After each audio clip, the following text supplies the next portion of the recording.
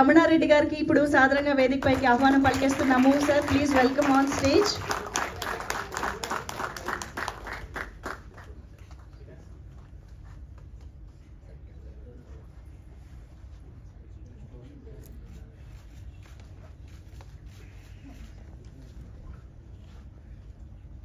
Thank you. అందరినీ కూడా ఒక్కసారి మీడియా ఫోటో ఆప్ కోసం.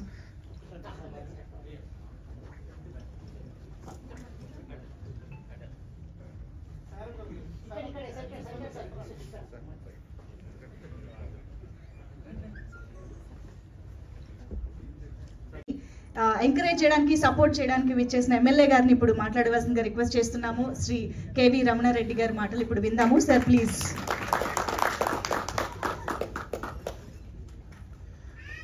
అందరికీ నమస్కారం. ఈ ఫీల్డ్కు నేను మొదటిసారి రావడం నాకు కొత్తగా. నేను వస్తుంటే కూడా కొంచెం న్యూ ఫీల్డ్ కాబట్టి ఎవరెవరు ఉంటారు, ఏంది అసలు ఏంటి అనేది కూడా నాకు తెలియదు. మామూలుగా నేను సినిమా ప్రియుడిని. ఒక 4 నెలల వరకు కింది వరకు కూడా ప్రతి ఫ్రైడేని ఎంజాయ్ చేసేవాడిని.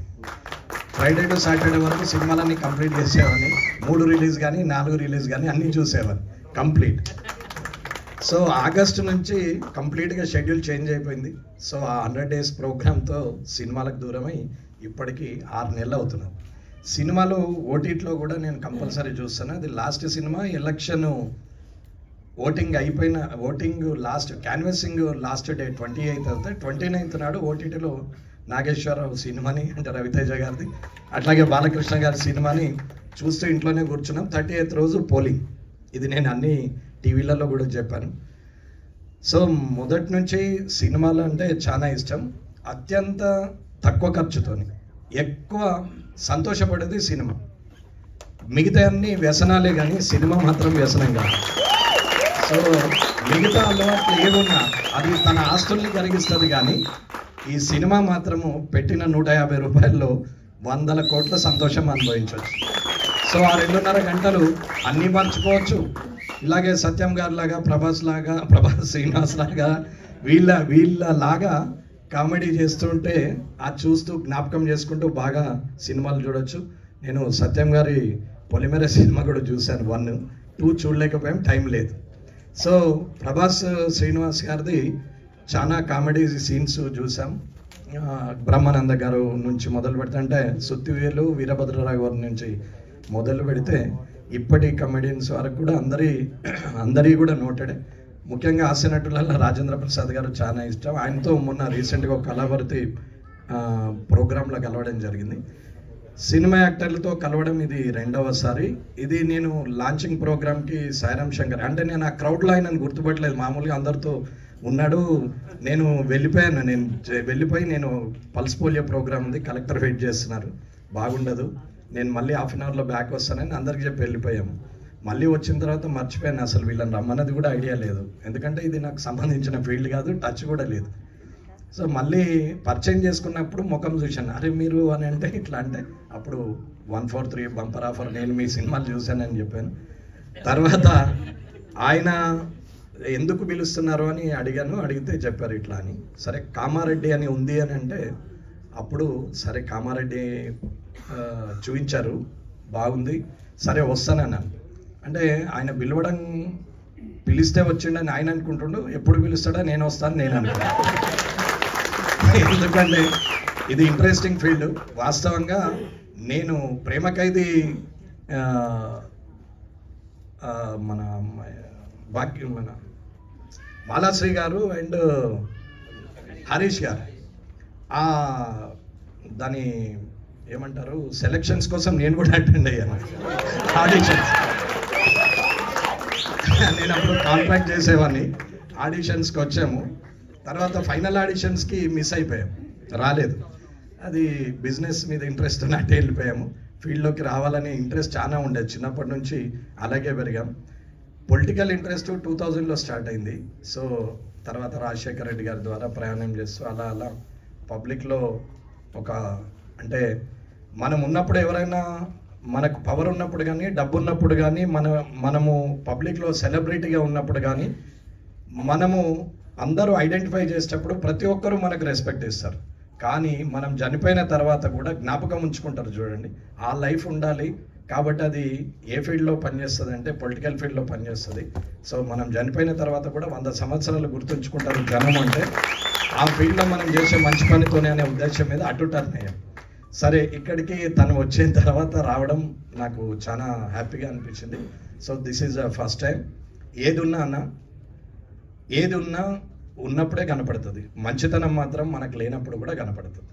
ఆ కనపడేదాన్ని చూసుకొని ఎదిగితే ఒకరోజు ముందుకు అడిగేసే ముందర ఒక్కరోజు వెనక్కి మరి చూసుకుంటే మనం వచ్చిన స్థానం ఇక్కడ నుండి మనం ఏ స్థానంలో ఉన్నామనేది ప్రతిరోజు మనం గమనించుకుంటే, మ్యూజిక్ డైరెక్టర్ గారు భీమ్స్ గారు అన్నట్టు మార్పు మనలో రాదు, ఎదుటోళ్ళు కూడా రాదు. వేరే వాళ్ళు చెప్పాల్సిన అవసరం లేదు. మనం ఒక్కరోజు వెనక్కి ఉంటే ఏ రోజు నుంచి వచ్చినామని. నేను రోడ్డు మీద నిలబడితే ఎప్పుడో 10 ఏళ్ల క్రితం 2006లో జిల్లా పరిషత్ చైర్మన్గా చేశాం. అప్పుడు లిక్కర్ దాని మీద, మాఫియా మీద ఫైట్ చేసాం. చాలా క్రేజ్ వచ్చింది. తర్వాత 10 ఏళ్ళు బ్యాక్ వెళ్ళిపోయాం. మళ్ళీ ఐడెంటిఫికేషన్ కోసం రోడ్డు మీద నిలబడితే గుర్తుపట్టే వాళ్ళు చాలా తక్కువ మంది.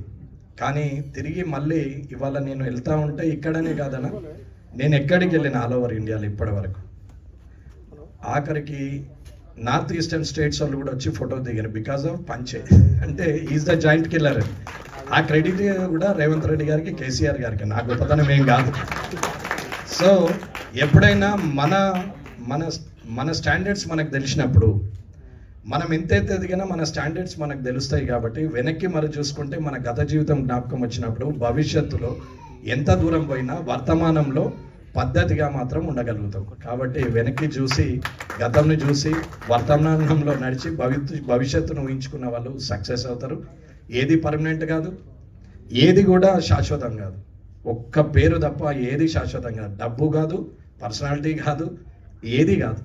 ఒక్క పేరు తప్ప, మంచితనం తప్ప ఏది కూడా ఫర్ ఎవర్ ఉండదు. కాబట్టి ఈ సినిమా సక్సెస్ కావాలని కోరుకుంటున్నాను. నన్ను పిలవడానికి నేను ఎంతైతే సంతోషపడుతున్నానో, ఈ సినిమా సక్సెస్ అయితే నా గెలుపులో పొందిన ఆనందం కన్నా ఇంకా పొందుతా అనేది అనుకున్నాను. కాబట్టి అందరూ కూడా ఒక సినిమా సక్సెస్ ఒక హీరోకో, ఒక హీరోయిన్కో, ఒక స్టార్ కమెడియన్కో, స్టార్ విలన్కో కాదు, బిహైండ్ ద స్క్రీన్లో ఉన్న వేల మంది, లక్షల మంది భవిష్యత్తుకు సంబంధించింది. కాబట్టి వాళ్ళ జీవితాలకు, వాళ్ళ కుటుంబాలకు సంబంధించింది. కాబట్టి ప్రతి ఇండస్ట్రీ చల్లగా ఉండాలని, ఖచ్చితంగా సినిమా ఇండస్ట్రీలో చాలామంది ప్యాషన్గా వస్తారు. ఆ ప్యాషన్లో కొందరు సక్సెస్ అవుతారు, కొందరు కాదు. సక్సెస్ అనేవారు ఏమి హీరో కాదు, సక్సెస్ అనే వాళ్ళు ఫెయిల్యూర్ కాదు. కానీ ప్రతి దాంట్లో టాలెంట్ ఉన్న వాళ్ళు చాలామంది కనుమరుగయ్యి ఉంటారు. టాలెంట్ లేకుండా కొందరికి లక్ వచ్చిన సక్సెస్ అవుతారు. బట్ ఎప్పుడైతే సక్సెస్ వస్తుందో, ఆ సక్సెస్ రావడానికి పడ్డ కష్టం కన్నా అది నిలబెట్టుకోవడానికి 100 రెట్లు కష్టపడాల్సి వస్తుంది. అందరూ అనుకుంటారు సక్సెస్ అయితే సక్సెస్ అయిందని. సక్సెస్ని స్టేబుల్ చేయాలంటే ఇంకా ఎక్కువ కష్టపడాల్సిందే తప్ప తక్కువ ఉండదు. కాబట్టి కార్యక్రమానికి గమనించిన సాయిరామ్ శంకర్ గారికి, డైరెక్టర్ నవీన్ రెడ్డి గారికి, ప్రొడ్యూసర్ దేవరాజ్ గారికి, నేను మా తెలంగాణ అనుకున్న సురేందర్ రెడ్డి గారు కానీ, హరీష్ శంకర్ గారు కానీ, వంశీ పైడిపల్లి గారు కానీ, వీళ్ళంతా తెలంగాణ నుంచి అనే ఒక ఫీలింగ్ ఉండే. బట్ నేను కలుస్తాను కూడా ఎక్స్పెక్ట్ చేయలేదు. But field is different. ఎప్పుడైతే ఒకవేళ గవర్నమెంట్ వచ్చి నేను మంత్రి అయితే సినిమాటోగ్రఫీ తీసుకోవాలని ఒక కోరిక చిన్నప్పుడు, కారణం సినీ ఫీల్డ్ మీద ఉన్న క్రేజ్ తప్ప ఇంకోటి ఏం లేదు. సరే, అది టైం విల్ బి డిసైడెడ్. దాని గురించి పెద్ద ఆశ ఏం లేదు. ఈ సక్సెస్ని మించిన సక్సెస్ అయితే ఉండదు అనుకుంటున్నాను. ఎందుకంటే ఇన్ ఫ్యూచర్లో కూడా ఇంకిద్దరు ముఖ్యమంత్రులను దేశంలో ఎవరు ఓడగొట్టారు కూడా. కాబట్టి అదృష్టం కామారెడ్డి ప్రజలు ఇచ్చింది. ఈ సినిమా కూడా కామారెడ్డి నుంచే స్టార్ట్ అయింది.